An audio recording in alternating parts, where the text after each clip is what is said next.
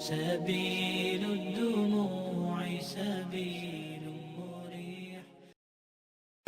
فقام علي بن ابي طالب رضی اللہ تعالی عنہ فقال صدقت یا عثمان.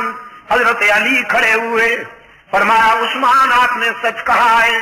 پھر اپنے قائد کی طرف دیکھتے ہوئے عرض کیا وحبب الی من الدنیا ثلاث. اللہ کے محبوب مجھے بھی تین چیزیں بہت پسند ہیں. رحمت عالم صلی اللہ علیہ وسلم نے شفقت کی نگاہوں سے اپنے پیارے علی کو دیکھا. فرمایا علی بیان کرو تمہیں کیا پسند ہے. عرض کیا الخدمت للضعیف والضرب بالسیف والصوم فی الصیف.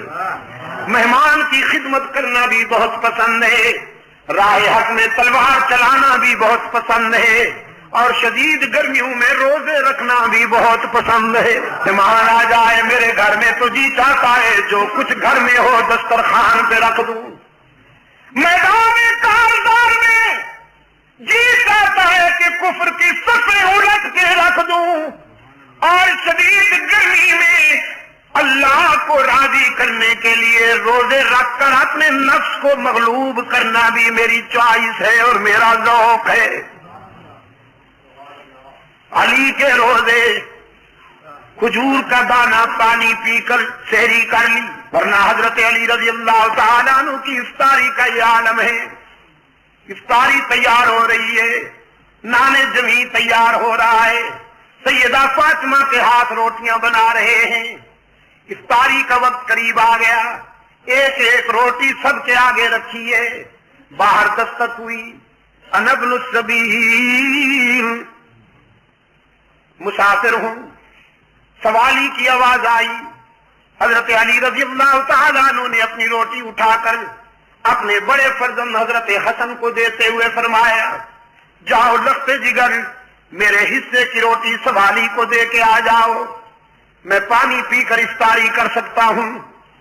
حضرت حسن رضی اللہ تعالیٰ عنہ نے روٹی لے لی. عرض کیا ابا حضور اگر اجازت ہو تو میں اپنے حصے کی روٹی بھی سوالی کے لیے لے جاؤں. فرمایا سبحان اللہ، اس میں اجازت کی کون سی بات ہے. شہید کربلا رضی اللہ تعالیٰ عنہ حضرت حسین نے بھی اپنے حصے کی روٹی اٹھا کے حسن کے دامن میں ڈال لی.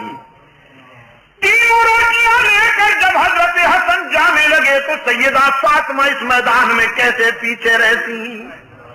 انہوں نے تو صحابت کے گر محمد کی گود میں سیکھے تھے، انہی کی تو تعلیم و تربیت تھی. فرمایا بیٹے میرے حصے کی روٹی بھی سوالی کے لیے لے جاؤ، میں بھی محمد کا خون ہوں نا، پانی سے افطاری کر لوں گی. چاروں روٹیاں لے جانے لگے. حضرت حسن سیدنا علی کی خادمہ حضرت فضہ خادمہ اور کلید تڑپ اٹھی اور اپنے حصے کی روٹی اٹھا کر بھی حسن کے دامن میں ڈال دی. عرض کیا شہزادے میرے حصے کی روٹی بھی سوالی کے لیے لے جاؤ تاکہ دنیا کو پتہ چل جائے کہ صرف علی کا گھرانہ ہی سخی نہیں ہوتا، علی کے غلام بھی سخی ہوتے ہیں.